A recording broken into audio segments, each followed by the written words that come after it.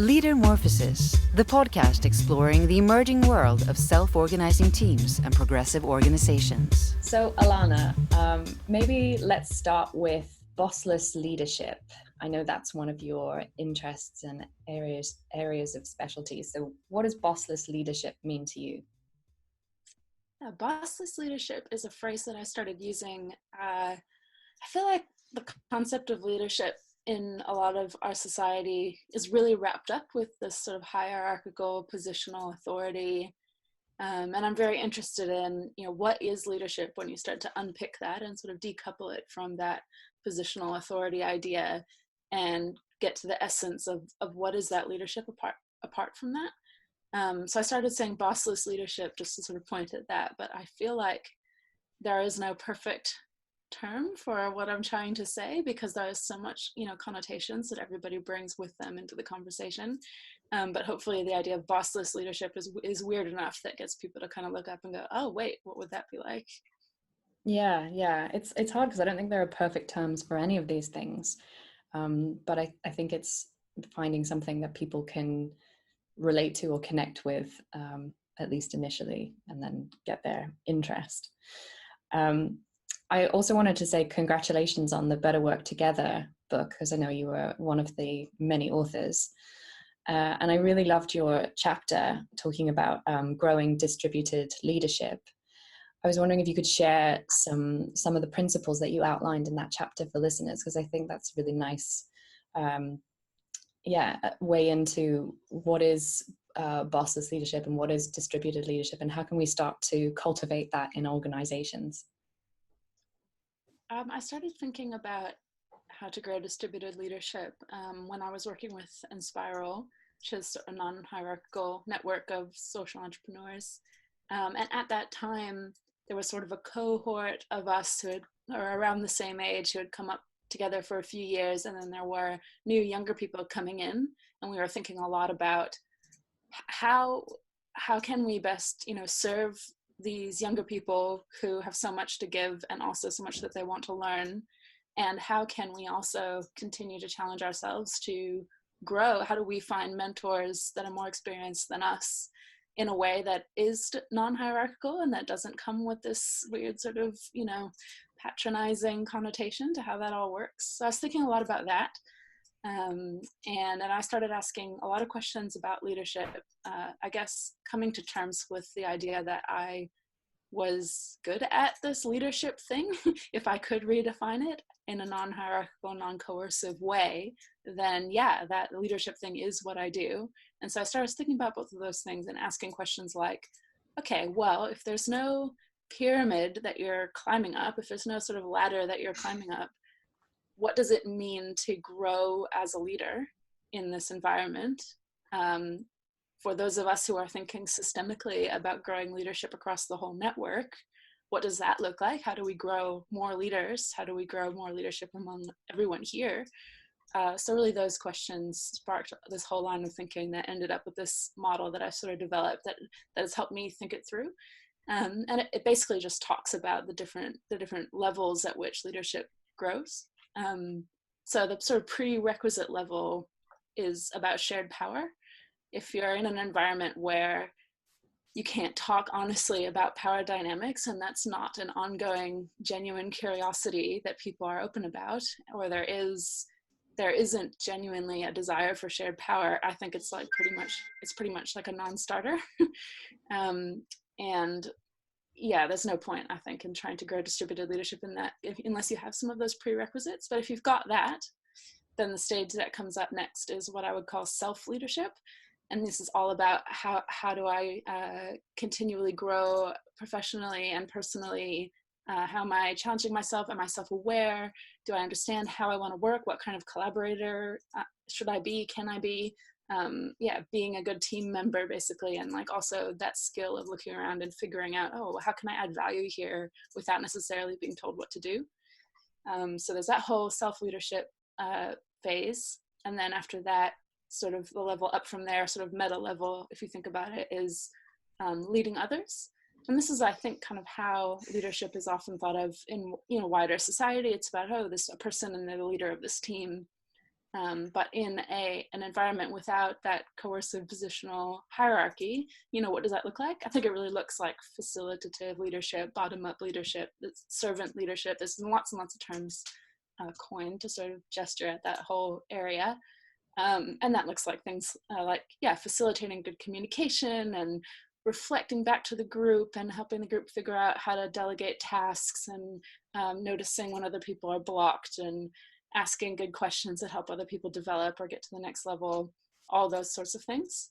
And then if you sort of zoom out another meta level, there's leading leaders, which is, meta level up from there, which is how do you grow the skills that allow people to be good, non-hierarchical, facilitative servant leaders?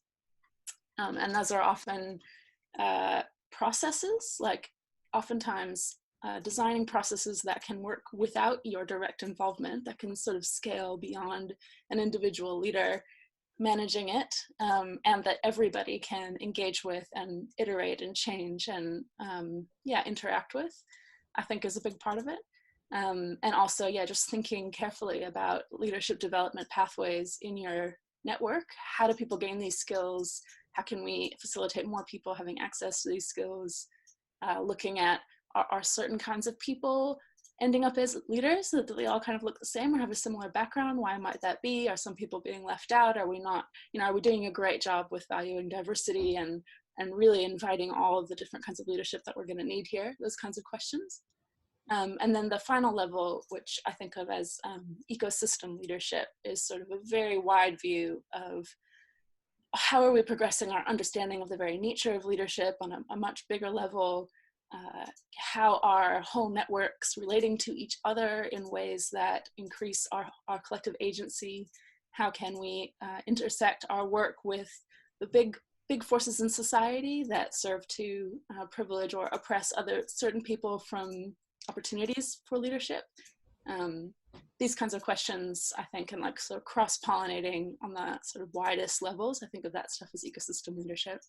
So it's kind of ironically, this sort of non-hierarchical leadership idea ended up in this really hierarchical model. And that's why I chose this metaphor. When I describe it in the book, I use the metaphor of a flower and the soil and the seed and the sprouts and the flower and the pollination. And that was my attempt at okay, how do we have a non-hierarchical metaphor for this thing? But yeah, I ended up being able to boil that down to basically a one-page visual, which I felt really good about, because it's, I don't think it's oh, this is the answer to all of what is leadership. It's not about that. It's this is a useful model possibly to hold up and go, oh, cool, well, how do I fit into this?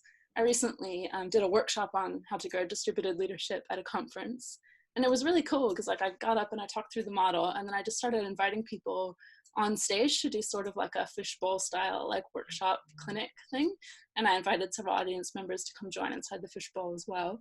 And it just happened to work out. As a facilitator, it's so nice when this happens, but the first person who came up was right on that cusp of self-leadership going into leading others and taking their, soul entrepreneurship onto a team thing. And so we talked all about that. And then the next person who came up was in a bigger team, wondering about how their organization can involve their wider community of users and supporters. And then finally, we had a couple really amazing ecosystem leaders up there that we got to talk to. So yeah, I find that being able to boil this down into such a clear model does help facilitate those conversations to really dig into all the complexity and uniqueness of every situation.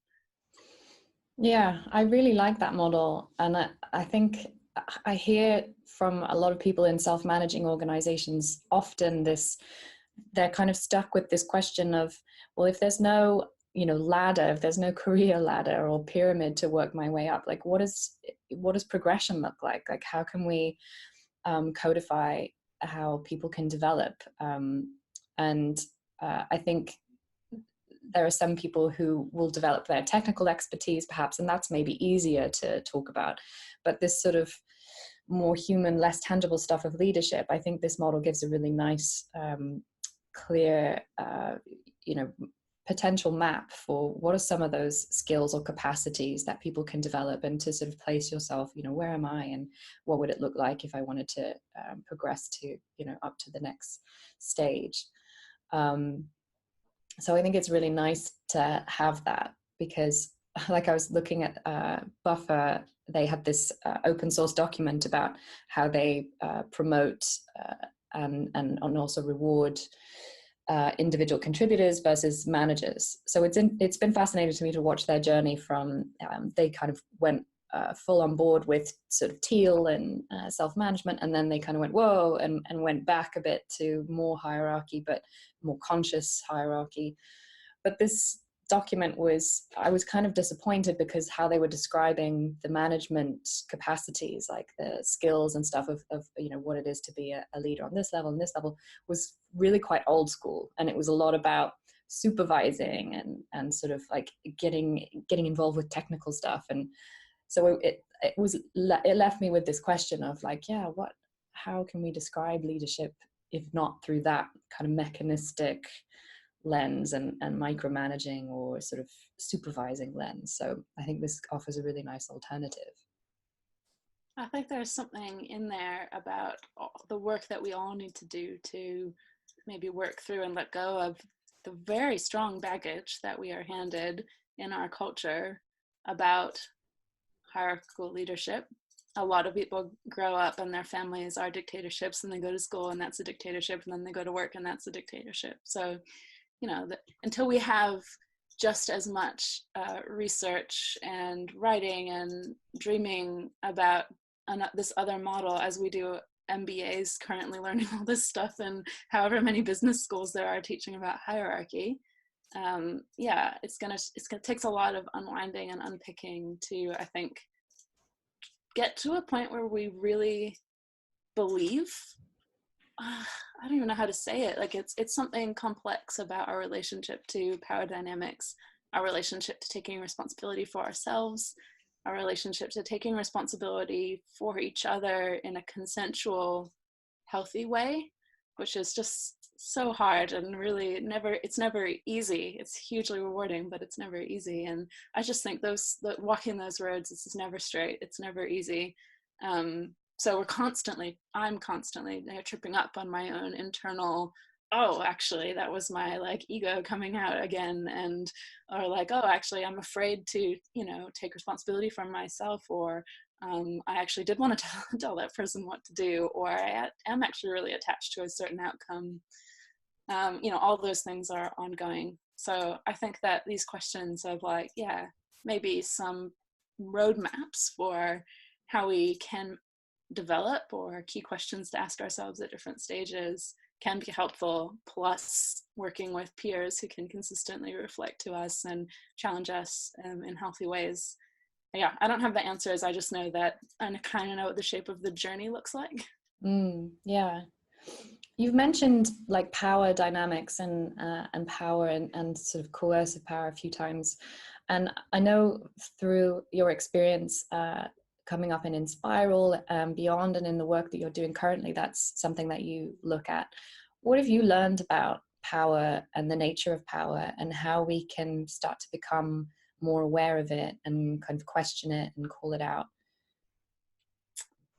I think power is like some sort of law of nature. It's like water, it's like something that exists and has certain properties that you can observe, and sometimes you can channel it, and it tends to pool in certain areas, or like, reacts in different ways to different environments. But power is not something that we can ever get rid of. Every human group inherently has power dynamics. So I think the question we then have is, okay, how are we going to relate to that? What does that mean to us? What are we going to do with those power dynamics? How are we going to increase our skills for observing them, understanding them, talking about them, figuring out if they're working for us the way we want them to, and how we might go about changing them or improving them? So I think there is, in sometimes kind of knee-jerk reaction, like a rejection of power itself. But I think that's a little bit self-defeating, because it's inescapable. I think, in fact, if we try to escape it or avoid it or don't want to look at it and don't want to talk about it, that's when power can get extremely dangerous and quite dark in ways that we don't always intend. That's when you get these sort of unspoken rules and hidden hierarchies and weird power dynamics. I think everybody's probably had that experience where you're like, oh, it just feels really kind of icky and you're not sure what's going on, or you know that somehow you don't have access to certain power, but you can't talk about it because it's not explicit.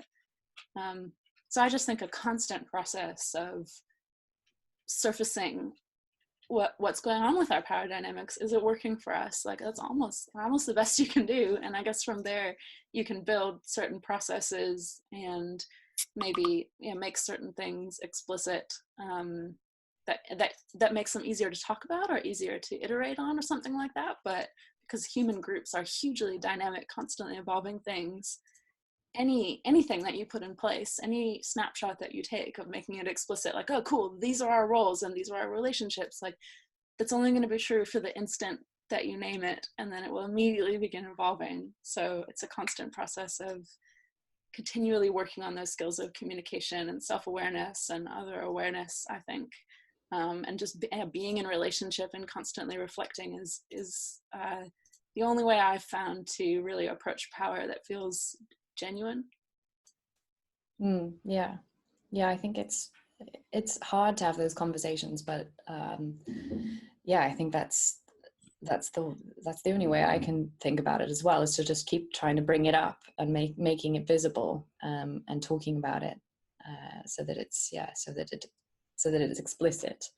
And I guess connected to that is, because I know you've also written a lot about decision making, and that's something that comes up a lot in self-organizing or self-managing teams and organizations. Where are you currently in your thinking around decision making? Have you come across or developed any models for that you think are useful? Yeah, decision making is another one of those things that you never fully figure out. It's a constant, ongoing learning journey.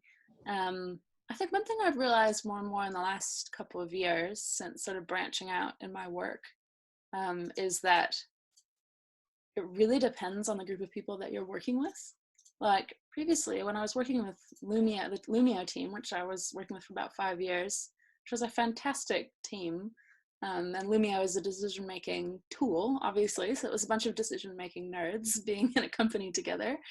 And we were all kind of facilitators, activists, you know, technology people as well, but who were very interested in these same questions. So of course we talked a lot about decision making, and it was a big focus for us. And we had a lot of very, you know, sophisticated decision making protocols and group practices that we would undergo to get us to a good place, and you know, strategy, day, facilitation, run sheets, and all this kind of stuff. And that stuff is all really good. And it's up in the, you know, it's in the Lumio handbook for anybody who wants to use it. And then now I'm working with this team with Open Collective, which is just way more free form. It's a fully remote team, whereas Lumio, you know, being together was very, you know, important to our relationship, I think. Yeah, the Open Collective team is much more kind of emergent and less explicit in how decisions are made, but it works. And, you know, it's great learning for me to like how to be much more comfortable with very emergent decision making or less explicit process, and sort of just trust. Yeah, it's more the approach of like, okay, hire people that have good skills and are good communicators, and then sort of just let them do their thing and talk to each other and figure stuff out. I think that there may be times in the future for Open Collective where we do want to roll out some of those more explicit decision-making protocols, and I'm really glad I have those in my toolbox, because when the day comes up, I know that I can pull them out and go, cool, why don't we try this process? And I've done that a little bit, like ran sort of strategy workshops and stuff like this, where we try to make it a little bit more clear what we're going to focus on over the next few months and that sort of thing. It's just super hard on a remote team to really, you know, converge that sort of thing. And especially when communication is like, we're in so many different time zones, we can never actually, anyhow. The point is, I think with decision making, there is no one answer.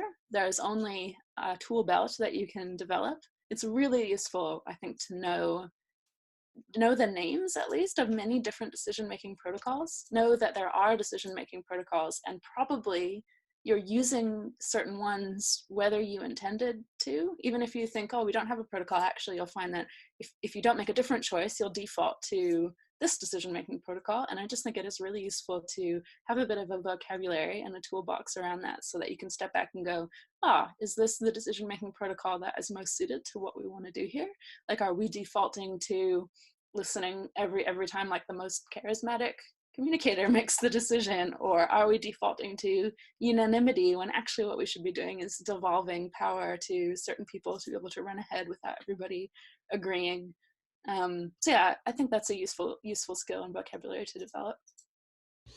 Yeah, I think that is helpful. Maybe could you say something about Open Collective and what that is and the work that you're doing currently? Yeah, sorry. Yeah, Open Collective is, well, it started as sort of a crowdfunding tool for open source software projects, but it's evolved quite far beyond that now. But because it started with the open source software projects, it's built for distributed collaborations, which oftentimes don't naturally want to or can't take the shape of, for example, legal entity that one person owns. It's actually something which is unowned or owned in common among a whole group of people and needs to be actually managed that way. So Open Collective, if you look at the website, what it looks like is a crowdfunding platform, except it's all transparent where the money comes from and where it goes. And then if you lift up the hood and look and dig around a little bit and how this thing actually works, you'll see that it's actually kind of like a tool for fiscal sponsorship. So using legal entities in really creative, flexible ways. So basically you can have one legal entity on Open Collective, which is kind of like an umbrella organization. And then under that, you can have as umbrella organizations that do different things. So like, yeah, we have one that's for all the open source software projects, and that's its mission. And it's the fiscal sponsor for all of those projects. It's like 1,100 of them or something now. And so none of those projects have to create their own legal entity or get their own bank account or worry about any of that stuff. They can focus on making open source software, and we take care of all that financial admin and stuff in the background. And then there's other such umbrella organizations that, for example, there's a great one called Brussels Together in Brussels, Belgium, which is for grassroots citizen initiatives, civic responsibility stuff, and environmental groups and all these kinds of groups are on there. And so those groups as well, they're not owned by anyone. They don't want to be bogged down in paperwork of figuring out a bank account and a legal entity and hiring an accountant and worrying about taxes. So instead, this Brussels Together organization takes care of all of that and can sort of fiscally and legally host all of these groups. And so there's lots of those umbrella organizations in different geographies that focus on different missions or different communities of collectives. Wow, it sounds super interesting. I feel like I'm not quite clever enough to understand all of this, but what it brings to mind is something else that I know you're interested in, and I think is sometimes a bit of a taboo topic in terms of distributed and decentralized organizations, which is money and how do we collaborate with money. Like what has been your journey with that, and what have you learned? What are some insights that you could share with listeners about collaborating with money in a sort of non-hierarchical way?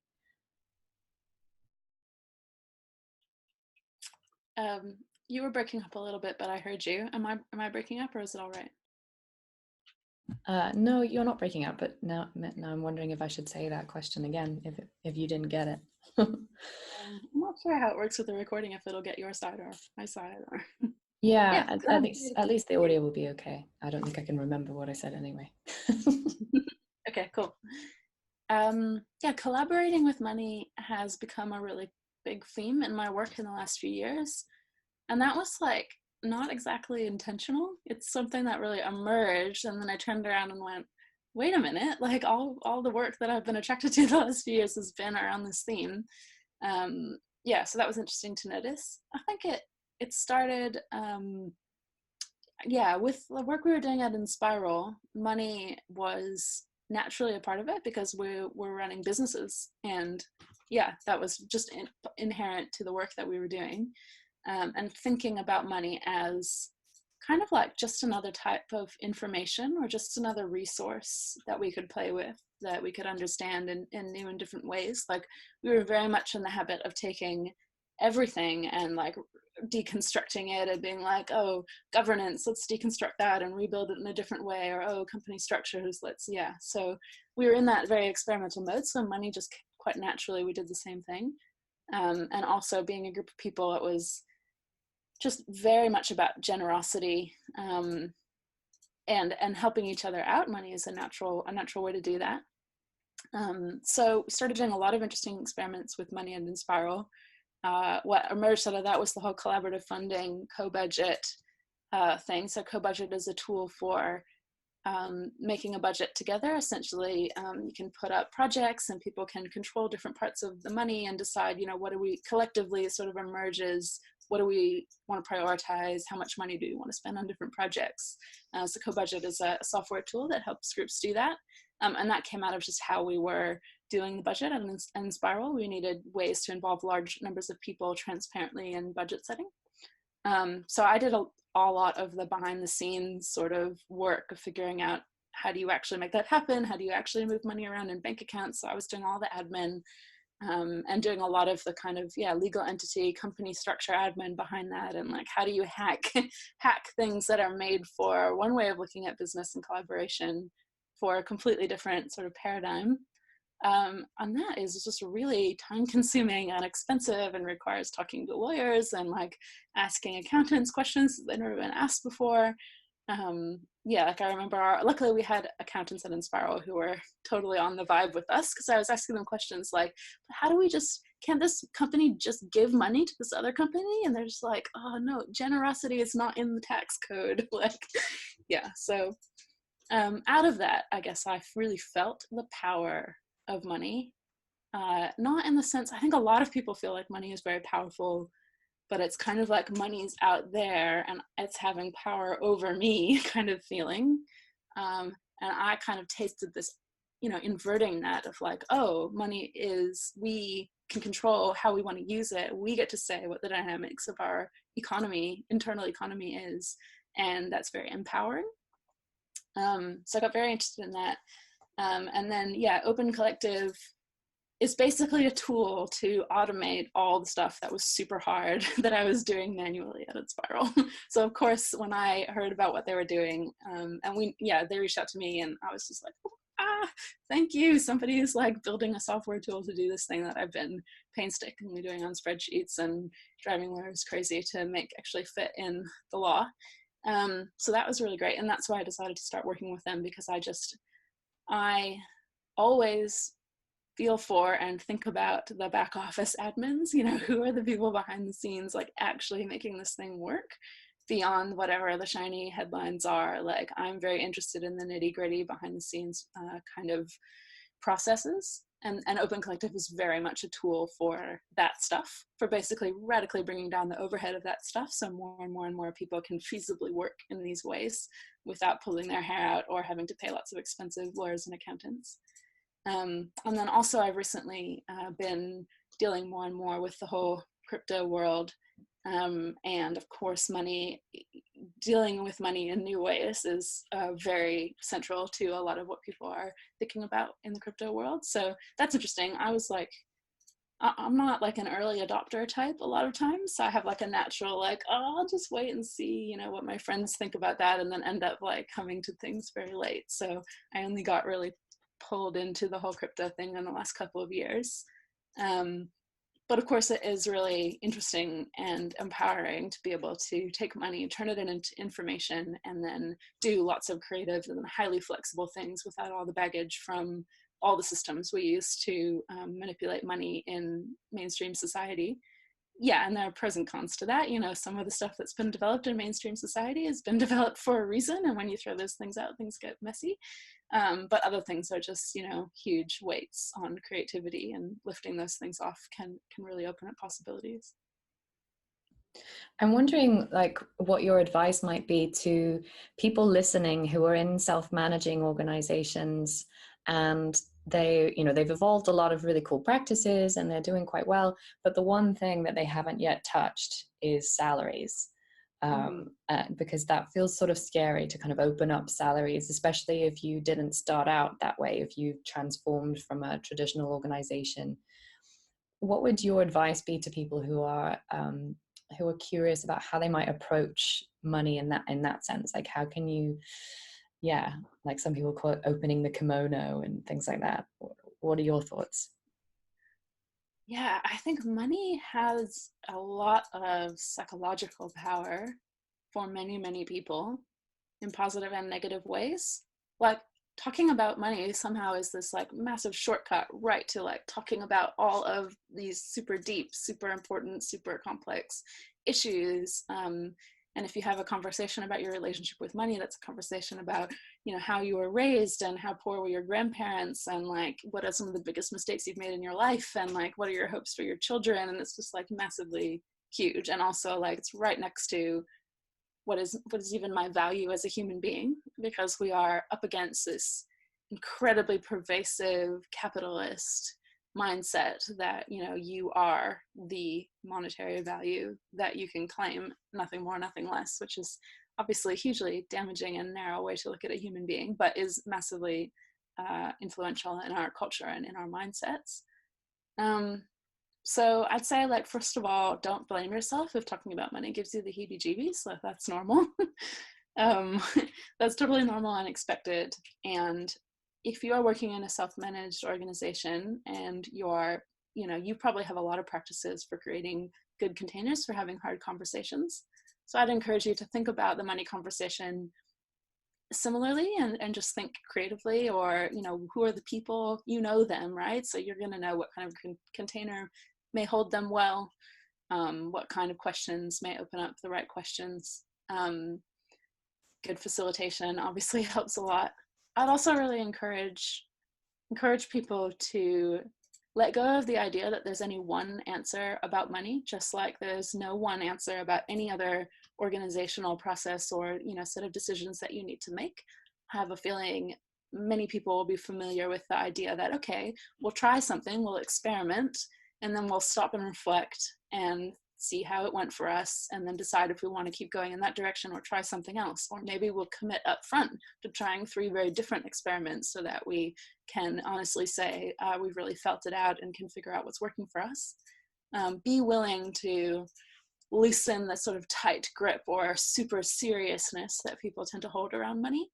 And you know, whether that's facilitated by putting, you know, sort of time boxes around things, whether that's about let's take 10% of the budget and free it from our normal budget process and like do a really transparent, participatory, and just start practicing playing with money together in lower stakes ways, I think can be really, really helpful, because then it will feel not so scary and not so weird to make the bigger, sort of more serious decisions about money later on. Yeah, that's really good advice, I think. Thank you. I'm wondering what, as you look back through your journey with all of this stuff, like what has been the most challenging or painful learning moment for you, do you think? Wow. Let me think. I think my experience leaving Inspiral was pretty challenging for me. It was, I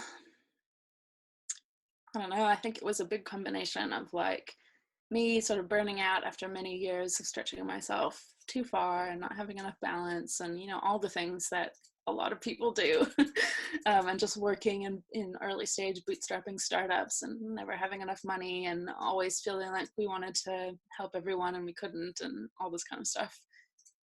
Plus, I guess going back to some of what we were talking about earlier with leadership development, coming to terms with the idea that I felt like I was outgrowing my pot, you know, I needed to like break out and like spread my branches and roots a bit more. And that it's sort of like, that was really sad for me to confront the idea that I may have reached some limits at that time for me in that place.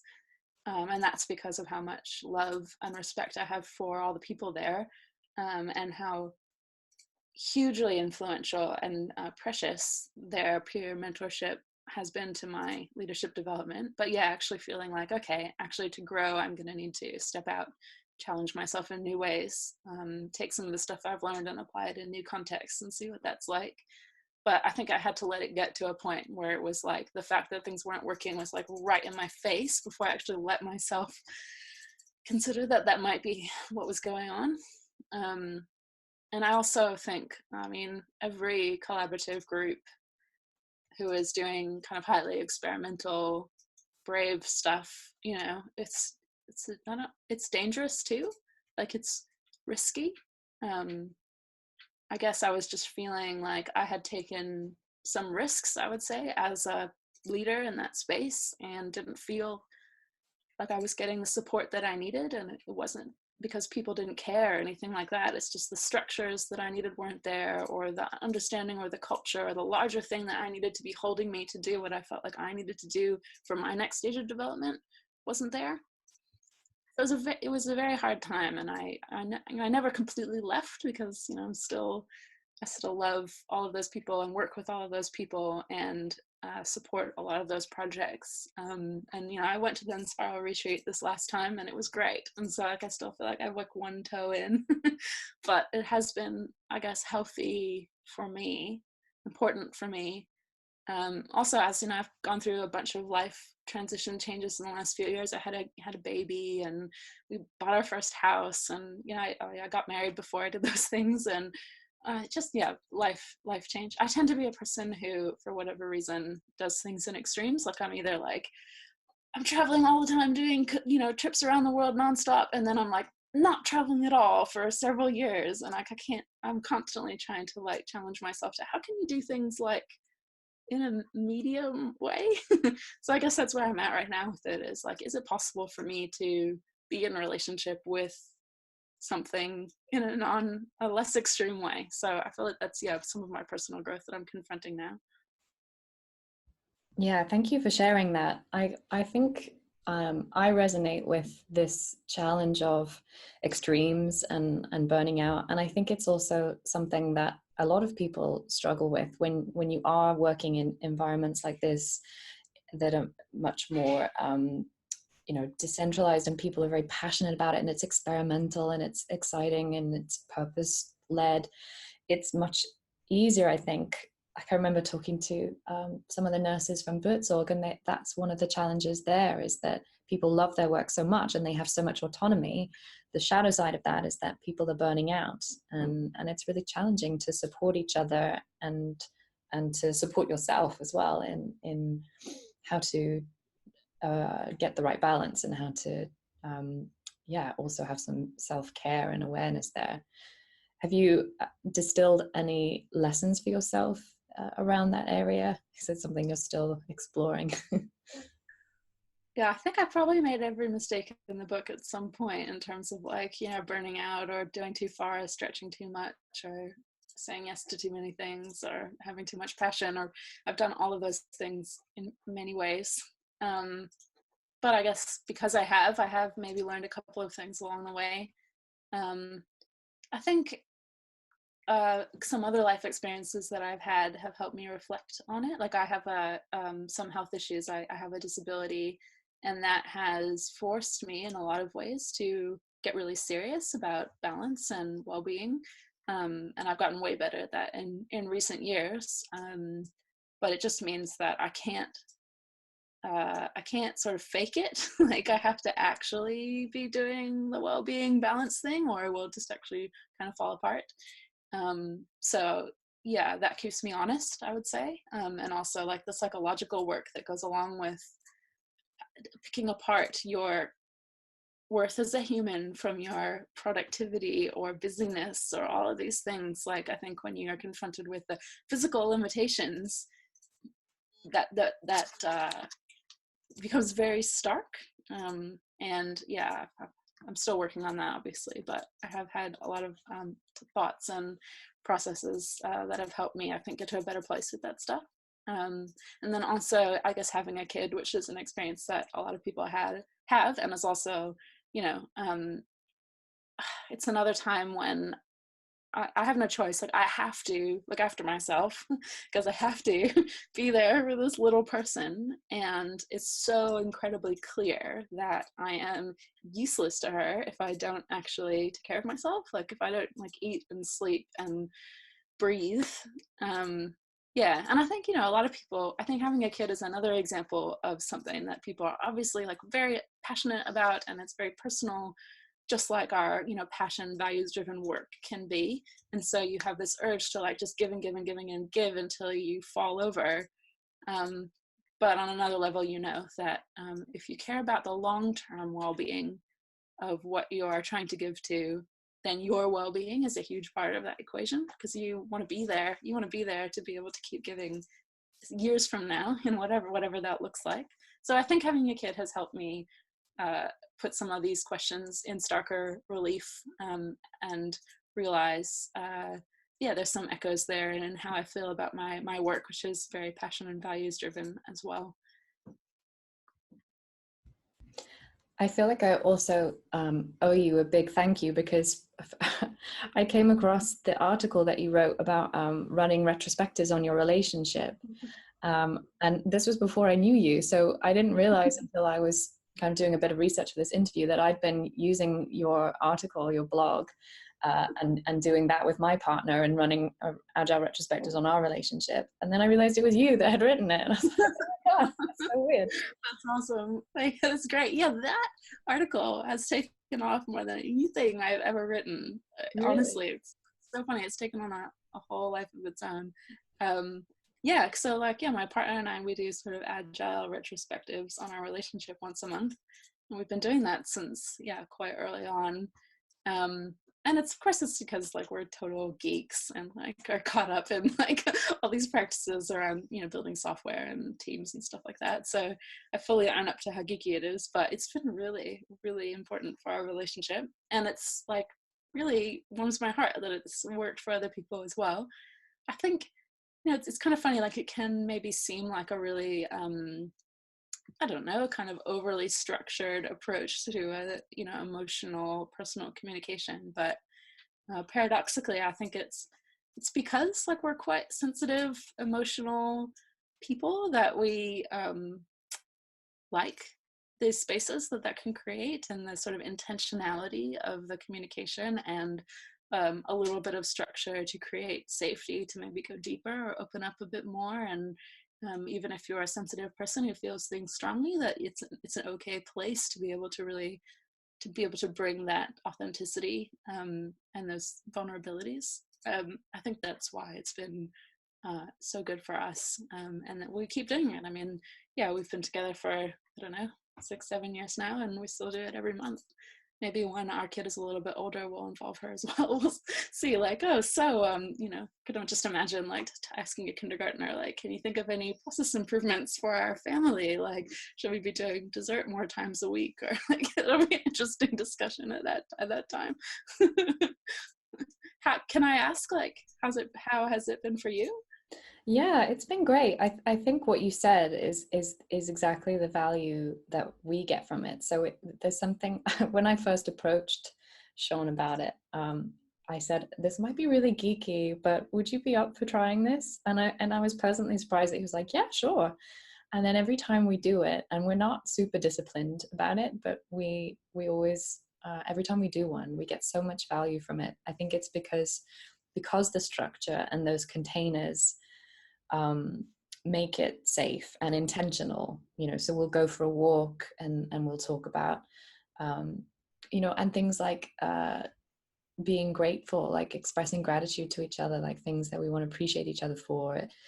So often, like, I just forget to do that in everyday life, but I notice the things that he's doing. So it's really nice to be intentional about that, and then to bring up really tough topics of conversation, but somehow it feels safe and okay within that container to do it. And there's some sort of, I don't know, unwritten agreements already, that because the intention is we're working on the relationship, we're committed to it working. And so it's not coming from a place of criticism, or, it's coming from a place of commitment to the relationship. So it's been really, really wonderful for us. So I'm super grateful that you shared that with the world.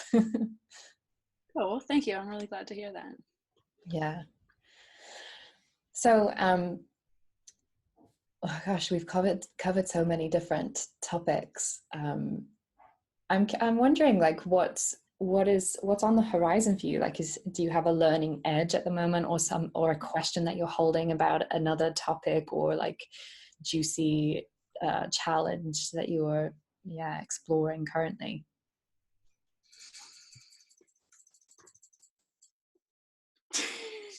Sorry, my partner's over here like clicking like mad on his video game. It's really distracting. Can edit that part out.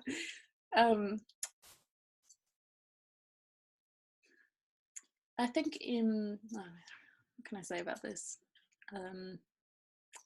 In recent times, I have been working, I would say, in a more sustainable way. I have been being much more intentional about saying yes to fewer things so I can say yes to those things more fully, and having to say no to some more things, which is can be really hard, but that's allowed me the space, I think, to bring more intentionality to how I'm spending my time and attention, and finding work relationships and opportunities that really work for me, and allowing it to be okay for me to like have needs and kind of set that bar and really look for that.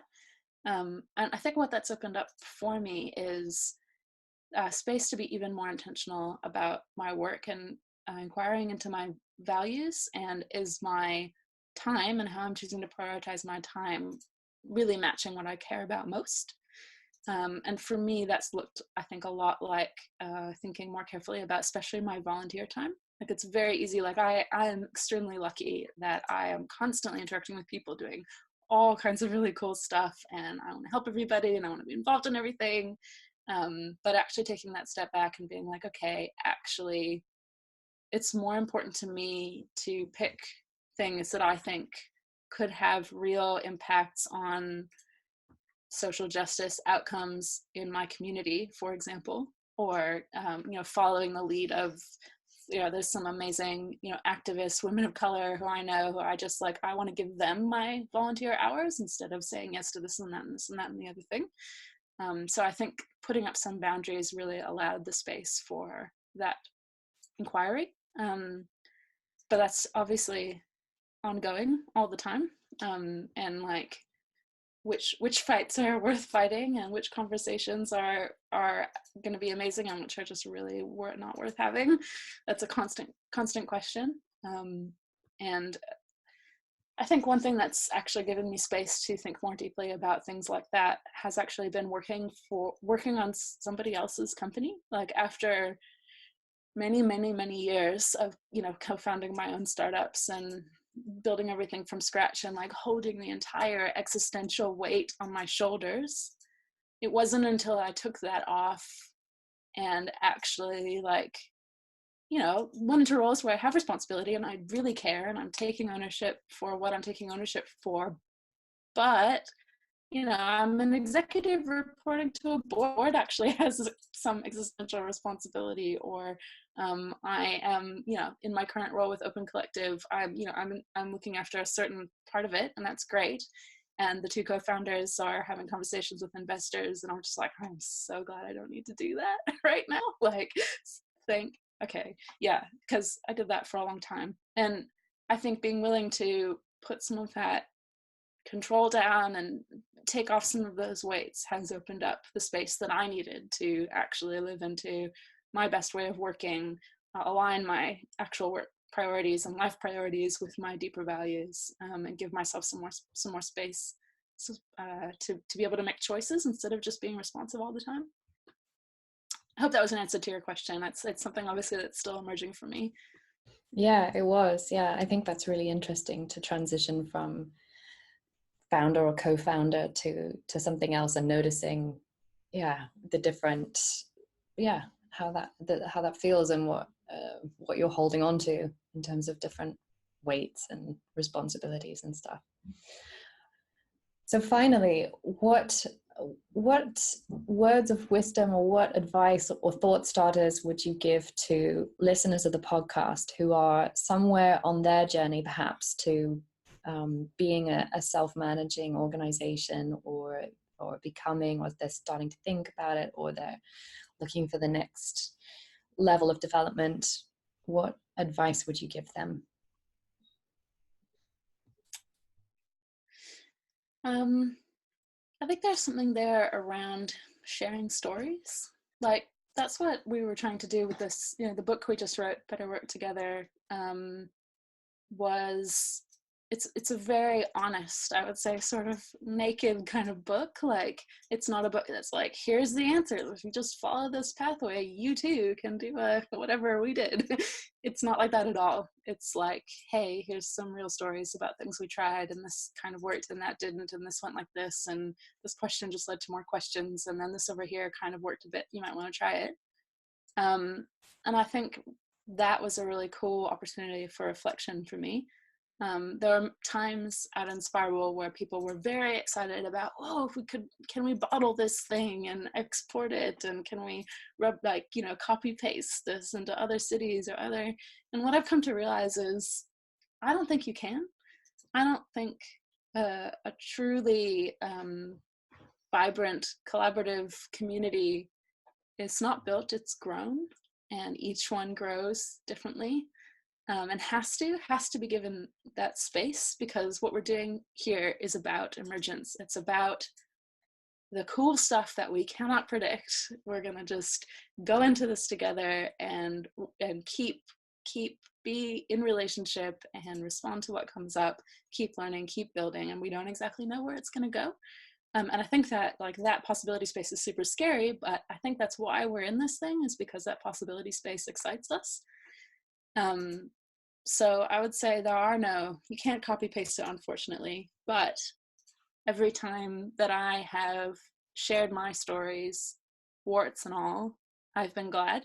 And when I get to read other people's or hear other people's stories, it's really important to feel that solidarity, to know that many people are working on this bigger, whatever this bigger thing is, I don't even know what you'd call it, this bigger movement that we're in, this bigger paradigm that's emerging. It's not going to look like one way. It's going to look like 1,000 different ways. But it's in that when we share the stories and we can start noticing some of the patterns. I think this is on the level of that ecosystem leadership that I was talking about. It's our collective project of noticing where are some of the common patterns, what can we pull together that could be a common story, or that could help us step back and look at, what is this thing that we're actually in? I guess that's the project that I want to be in collaboration with all of you out there. I think that we need to be in this together to figure that out.